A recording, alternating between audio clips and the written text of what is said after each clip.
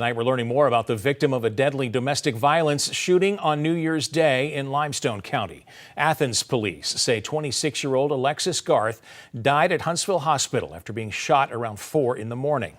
New Year's Day, a new calendar, a fresh start. You can practically feel the hope in the air, right? The promise of finally leaving the bad stuff behind. But for some, that turning page only reveals the true horror already written. A darkness that lives not in the shadows, but in the very heart of their home. Have you ever felt completely safe? Convinced you knew every secret, every corner of your world? That the people closest to you were truly known? What if that feeling, that absolute certainty, was nothing but a cruel deception? A lie that whispers, "You're safe," until it's far too late. Because for one young mother in Athens, Alabama, the dawn of 2023 wasn't a fresh start at all. It was the moment a loving relationship transformed into an unimaginable betrayal. A final, violent act that ripped away her future and left behind only questions. In this episode, we pull back the curtain on a story that promises life lessons born from tragedy. A story where the smallest red flag could have been a scream. Could Alexis Garth have been saved? The terrifying truth lies in the details you might overlook every single day. Stick with us, because what you're about to uncover could be the most important warning you ever hear. Welcome to Unseen True Crime Stories, where the darkest secrets and untold cases come to light. Consider subscribing and tapping the notification bell. That way, you won't miss our next true crime story. Alexis Ky'raun Garth, born in 1996, was just 26 years old when her life was violently cut short. But to understand this story, you need to see Alexis for who she really was. At her core, she was a mother, devoted to her two young daughters, a 3-year-old and an 8-month-old baby.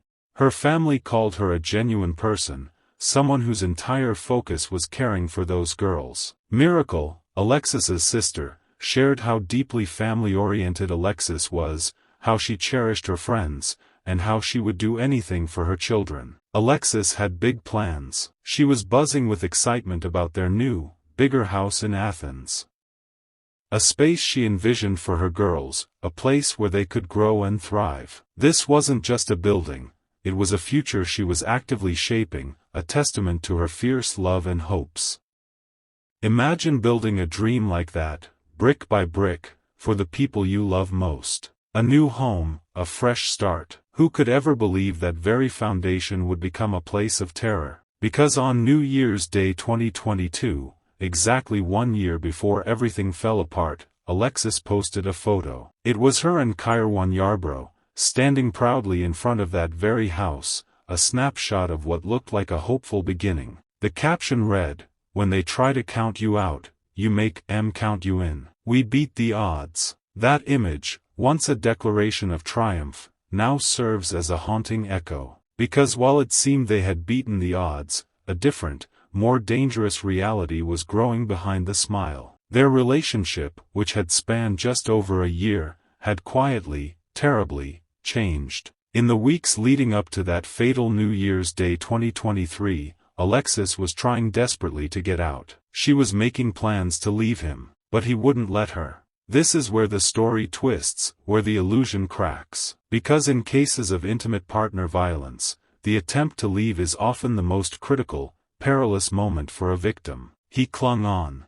And that refusal, that unyielding grip, would set the stage for an unimaginable horror. It wasn't just a relationship ending, it was a life teetering on the edge. You need to know what came next. Before we go further into Alexis's final moments, take a second. If you don't subscribe to Unseen True Crime Stories, you risk missing the crucial insights from cases just like this. Insights that could alert you or someone you care about to a danger you never knew existed. Don't play that game. Hit that subscribe button now. Ky'raun Yarbrough was just 20 years old when Alexis Garth was killed, but his history didn't start that tragic New Year's Day. It began years before, painting a chilling pattern in 2019. At only 16, Ky'raun was convicted as a youthful offender. This wasn't some minor infraction. This conviction stemmed from an incident on April 1, 2019, where he was arrested for shooting at 3 other young people. Investigators at the time found that Ky'raun had been bullying several juveniles after one of them stood up to him, the confrontation exploded. He left, came back with a handgun, and began firing into the group. 2 were struck, and a third was grazed. He was indicted for first-degree and second-degree assault for this act. He received a 36-month suspended sentence and 24 months of probation, but even that didn't hold him. His probation was later revoked. Specifically, sometime after the picture of him and Garth was posted online in January 2022, due to allegations of committing new criminal offenses on 2 separate occasions. Following this, he was ordered to serve the remainder of his 36-month sentence in a state penitentiary. His anticipated release date? May 2023. Now, here's where the blood runs cold. A critical decision was made on December 2, 2022. Ky'raun Yarbrough was granted a mandatory release by the Alabama Department of Corrections. Mandatory release. He was allowed to return to Athens and Limestone County under supervision. This happened less than a month before Alexis Garth was fatally shot. How does a convicted shooter, with a documented history of gun violence and a record of violating probation, get released early? How does a system designed to protect, return a known threat to the very community, and to the very home, where he would commit a capital murder? The local paper, the News Courier, even tried to get answers from the Department of Corrections about this decision. They received no response. This sequence of events, this devastating vulnerability, screams out for attention. Think about that for a second. In known danger, back on the streets, weeks before this tragedy. This is what happens when you're not paying attention to the cracks in the system, to the warnings that echo around us, even from within official reports. If you still haven't subscribed to Unseen True Crime Stories, ask yourself, why are you really willing to gamble on what you might miss next? The insights that could truly make a difference in your own life or someone you love? Go ahead, scroll down and type in the comments why you're risking it. I'm genuinely curious. With Ky'raun free, Alexis, despite her previous attempts, was once again caught in his orbit. She had made plans to leave him again, but he wouldn't let her go. The clock was ticking, counting down to a New Year's Day that would rip apart a family and leave a community shaken. You won't believe how this final, horrifying chapter unfolded. New Year's Day 2023. A day that started like any other holiday, but would end in absolute devastation. Alexis had spent the beginning of the day at her mother, Shanetta's home. Later, she drove to Huntsville to visit friends. It seemed ordinary by afternoon. Ky'raun Yarbrough showed up at Shanetta's to drive Alexis back to their shared home in Athens. A short time after they returned home, a small, seemingly insignificant detail played out. Alexis's sister, Miracle, realized she'd left her keys in Alexis's car at a Buc-ee's. Alexis, ever helpful, drove back to meet her sister and return the keys. Then, she headed home. For the very last time, just minutes after Alexis walked back through her front door, everything exploded. Miracle Scott received a desperate phone call from Alexis. Her sister was crying, pleading with Ky'raun, "Get away from her with the gun." Alexis screamed.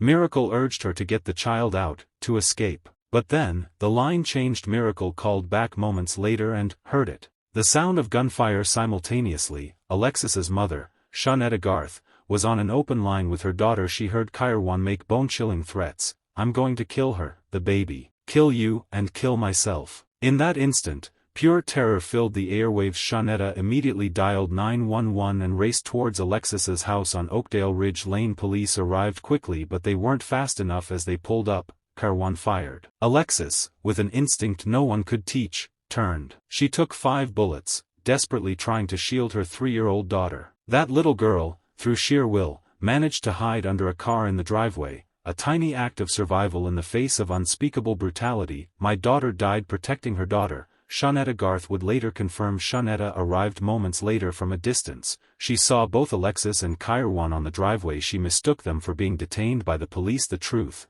however, revealed itself in a horrifying flash. An officer requesting a medic bag, blood staining the sidewalk. He shot Alexis as they were pulling up. An officer told her. Ky'raun then laid down his gun and surrendered. Alexis Garth was rushed to Huntsville Hospital, but it was too late. Her life, given to protect her child, was gone. But this was only the beginning of a quest for justice that would expose deep, unsettling cracks in the system.